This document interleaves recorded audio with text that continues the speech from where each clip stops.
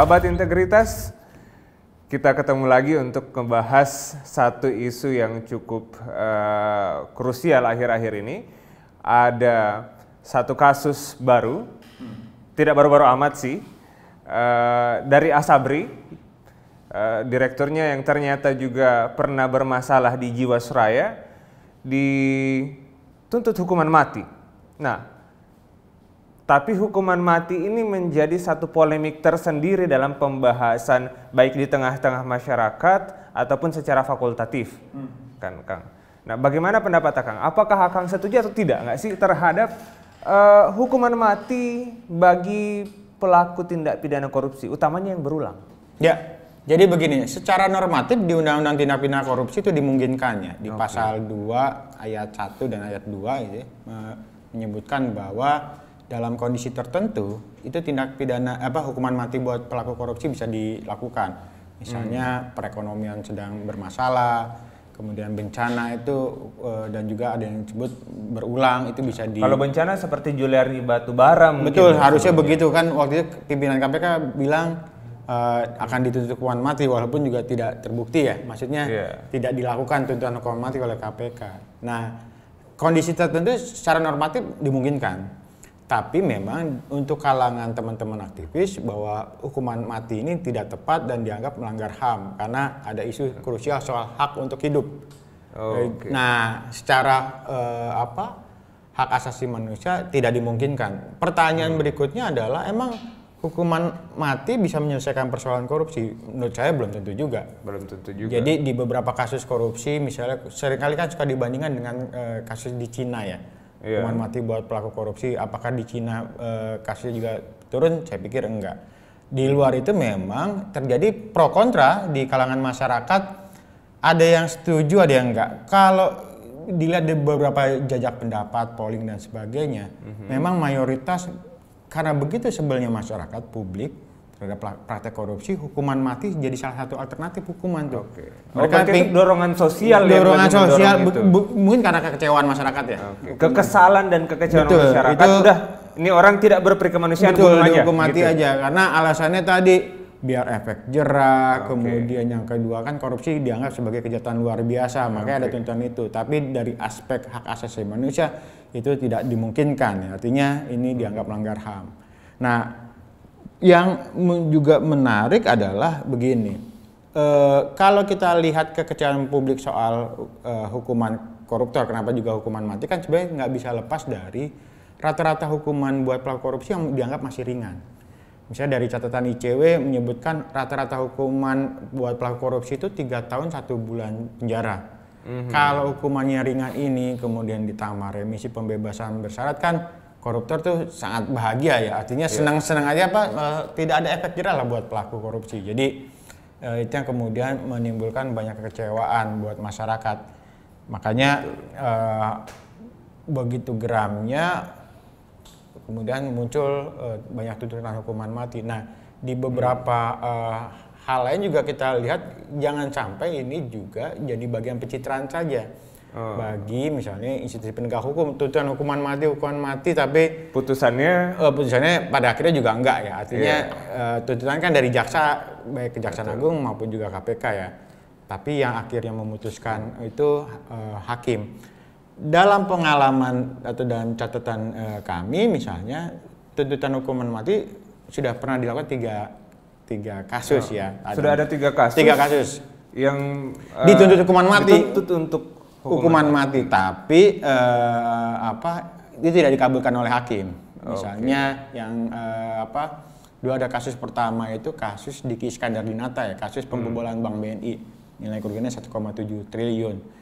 Itu dituntut hukuman mati, tapi oleh hakim hanya dituntut divonis dengan 20 tahun penjara, gitu ya. Nah, sebenarnya di luar hukuman mati ada juga yang paling maksimal adalah hukuman seumur hidup tuh. Dan ini juga tidak terlalu banyak gitu ya yang di. Tapi sudah ada yang dihukum seumur hidup. Sudah ada hukuman seumur hidup, sudah ada di kasus Asabri, sudah ada. Kemudian juga di kasus yang mungkin sangat fenomenal, kasus Hakim Mukhtar ya, Ketua Mahkamah Konstitusi juga dihukum seumur hidup. Seumur hidup. Gitu Mas Ayub. Dan memang baik hukuman mati atau ancaman-ancaman yang menakutkan ini, ada yang menyatakan oh ini untuk efek jera. Betul. Tapi ternyata hukuman berat yang bukan hukuman mati seperti di kasus Jiwasraya berulang di Asabri tidak dihukum mati dan tidak jera-jera juga. Ya. Satu itu. Kedua, bahwa the terror effect of law atau efek hukuman itu untuk menakuti orang lain untuk tidak mengikuti itu juga ternyata dibantahkan karena ternyata keuntungan korupsi lebih besar. Betul. Jadi kalau lihat soal fenomena penghukuman gitu ya, kalau bisa dikatakan joke bercandanya itu, koruptor di Indonesia itu nggak takut dihukum berapapun tahun penjara gitu ya. Yang mereka takutkan soal ide pemiskinan. Kalau dimiskinkan, nah mereka itu kemudian berpikir ulang. Nah sayangnya upaya-upaya pemiskinan ini nggak banyak dilakukan oleh penegak hukum. Misalnya menjerat pelaku korupsi tidak hanya dengan undang-undang tindak pidana korupsi, tapi dengan undang-undang pencucian uang. Jadi terhitung sebenarnya masih cukup minim ya kasus-kasus korupsi yang dijerat dengan pencucian uang. Plus juga ini isu yang juga cukup krusial adalah soal dorongan adanya RUU perampasan aset hasil kejahatan gitu ya. Jadi kalau ada kasus korupsi kemudian aset-aset diduga hasil korupsi bisa dirampas oleh negara. Nah sayangnya RUU ini itu tidak juga dibahas ya oleh DPR. Gitu. Tapi gini Kang, boro-boro mau dibahas RUU pemiskinan ini, tiba-tiba datang satu oase baru bagi para pelaku tindak pidana korupsi yang diiming-imingi, diberitahukan bahwa ada pendekatan restoratif. Kalau hasil korupsi itu kamu kembalikan, maka kamu tidak perlu dihukum. Ini apakah ini juga akan berdampak terhadap RUU pemiskinan? RUU pemiskinan ingin didorong, tapi ternyata dianggap ada solusi baru, nggak perlu dimiskinkan, bisa dikembalikan terus tidak usah dipidana. Boro-boro mau dihukum mati atau dimiskinkan, ternyata mau dilepas ini. Ini gimana? Ini yang juga agak menurutku satu yang tidak pas dan mengecewakan dalam konteks upaya pemberantasan korupsi di Indonesia. Kalau restoratif justice itu kan mungkin dalam perkara-perkara kejahatan biasa mungkin masih bisa ditolerir ya. Betul. Nah ini kan kejahatan luar biasa, korupsi kejahatan luar biasa. Plus juga jangan lupa bahwa di Undang-Undang Korupsi jelas menyebutkan di pasal 4 bahwa pengembalian kerugian keuangan negara tidak menghapus pidana seseorang. Artinya restoratif justice tidak tepat diterapkan dalam kasus korupsi. Walaupun memang muncul soal wah ini kan kasusnya kecil dan sebagainya. Mungkin perlu dicari jalan keluar yang lain terkait dengan itu, misalnya memperkuat fungsi pencegahan atau misalnya tidak langkah-langkah yang lain yang kemudian tidak menimbulkan kecemburuan bagi pelaku-pelaku pidana yang lain. Kok korupsi enak betul dapat restoratif justice. Kok kasus korupsi jarang banget nih ada yang di hukuman maksimal. Beda dengan pelaku-pelaku kriminal yang kecil-kecil. Dan harus dilihat juga memang Kang. Kalau kita mau bicara restoratif, apa yang mau direstorasi? Apa kerugian yang disebabkan oleh korupsi ini kan macam-macam. Betul. Termasuk salah satunya rusaknya kepercayaan masyarakat sampai masyarakat udah hukum mati aja nih orang. Ini orang udah itu kan karena begitu sangat akumulatif ya, kekecewaan emosionalnya. Jadi melihat penegakan hukumnya juga tidak terlalu berjalan dengan baik, hukumannya juga tidak menjerahkan. Nah, makanya begitu sebelnya udah hukuman mati. Tapi jangan lupa di luar tuntutan hukuman mati, publik setuju tuh dengan ide-ide pemiskinan buat pelaku korupsi. Jadi RUU perampasan aset itu bisa jadi solusi, kemudian juga satu lagi menjerat pelaku dengan pidana pencucian uang itu bisa jadi akumulasi penghukuman ya buat pelaku korupsinya.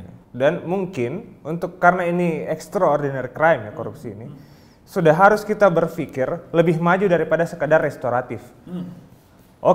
Kita butuh merestorasi dampaknya, tapi kita juga butuh memperbaiki perasaan masyarakat dalam pendekatan retributif itu. Jadi mungkin sudah harus digabungkan restoratif retributif, dan itulah solusinya pemiskinan mungkin menjadi salah satu jalan.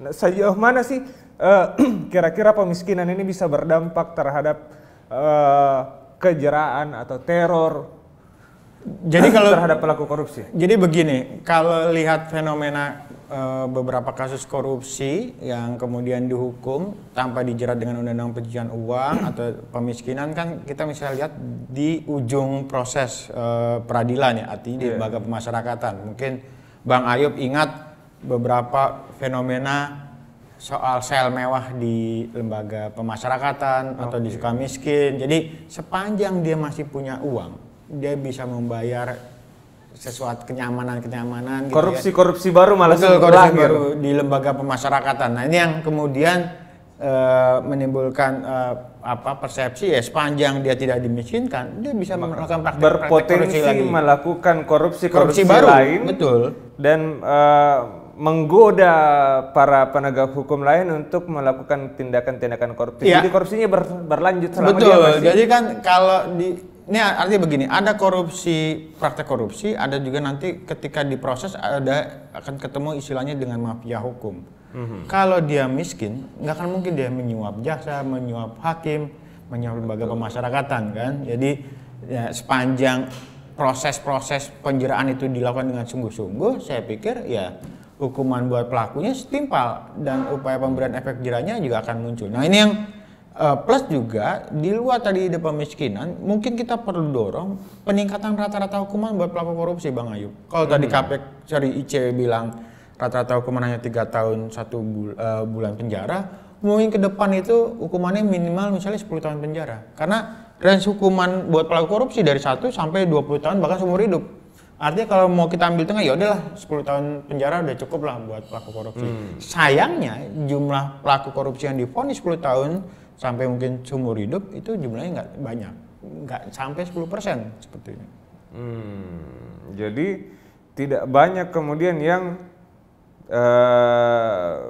dipidana cukup untuk menyebabkan baik itu rasa jerah atau rasa teror bagi para pelaku korupsi lainnya untuk melakukan tindak pidana. Dan dalam pendekatan economical of law kan dikatakan bahwa seseorang bisa melakukan kejahatan, kita bicara untung ruginya.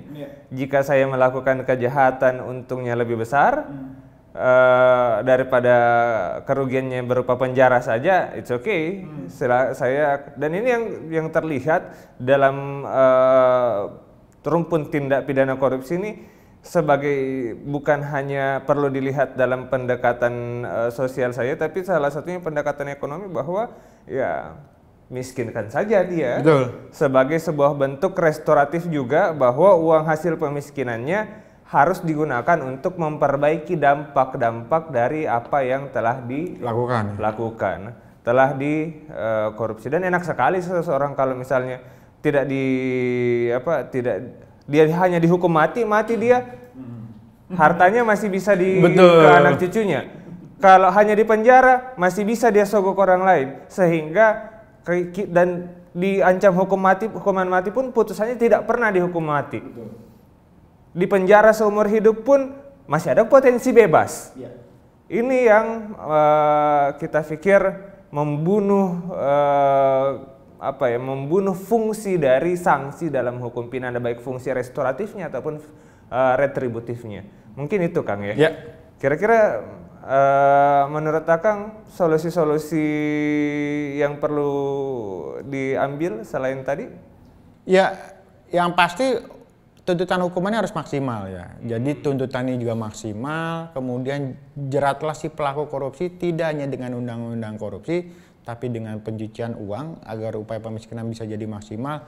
Plus kita perlu mendorong RUU perampasan aset buat pelaku korupsi agar ke depan aset-aset koruptor itu bisa disita tuh kalau memang tidak diketahui asal usulnya atau diduga berasal dari tindak pidana korupsi, Mas Ayub. Oke, terima kasih Bang Emerson Yunto, saya Ayub Kadria.